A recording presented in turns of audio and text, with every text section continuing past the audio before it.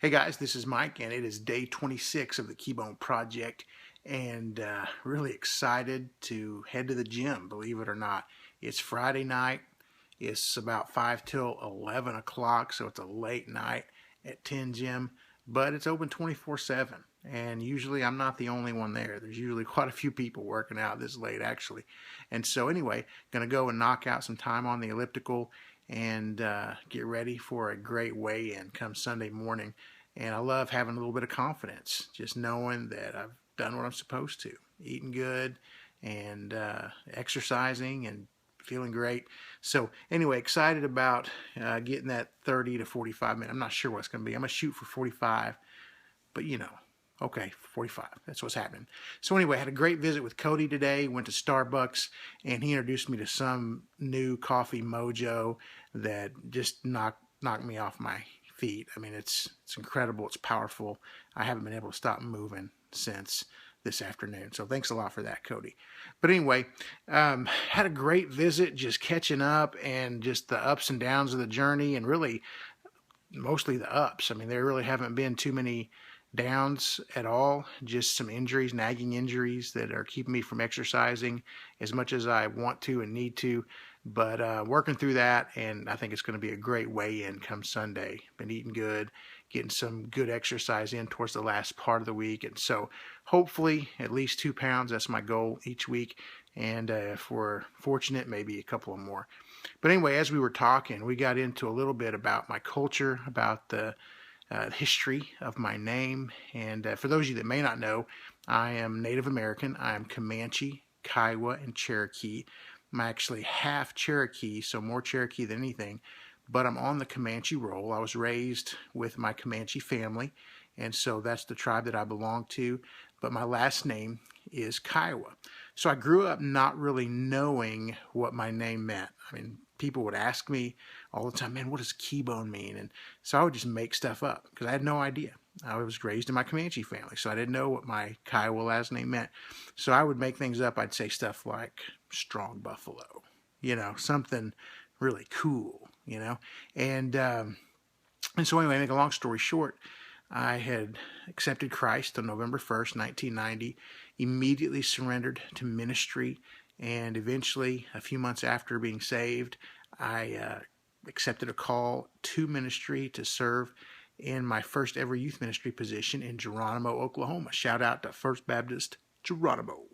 And so anyway, started that journey, was getting ready for my first ever camp. We were going to take some kids to Falls Creek and needed t-shirts. So I went to this place called Stanton's Witness Wear, and I met a guy named Ed Hoosier. Now, Ed was the father of one of my classmates that I graduated with, and so it was great to see a familiar face in that t-shirt shop. Anyway, an incredible artist. Ed Hoosier is incredible. And so anyway, I noticed there's this piece of Native American artwork on his wall. And after several visits, I realized that at the bottom right-hand corner was my name, where typically the artist would sign their name. It was my name. It was Keybone. And so I asked Ed, what's the deal with my name being on your painting? And he told me this incredible story about my name and why he painted under the Keybone name. And so I'll give you a little bit of that story. There was a chief, a Kiowa chief named Big Bow. And Big Bow had a reputation for being this incredible warrior. And not only being an incredible warrior, but just cheating death.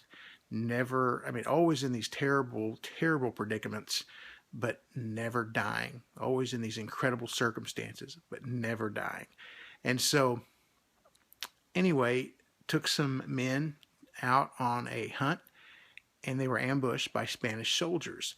And the few men that made it through that battle alive made it back to the camp and let the people know that Big Bow had died.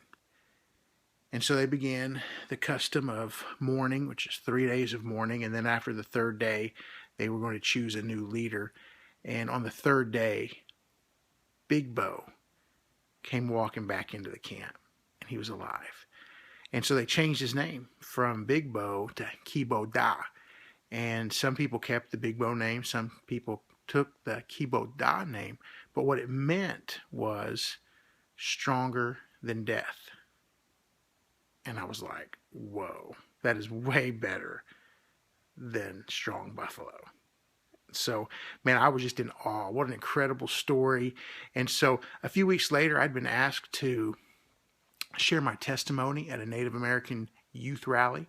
And so I'm there and getting ready to speak, and I hear them singing these Indian hymns. And I keep hearing my name in one of the hymns.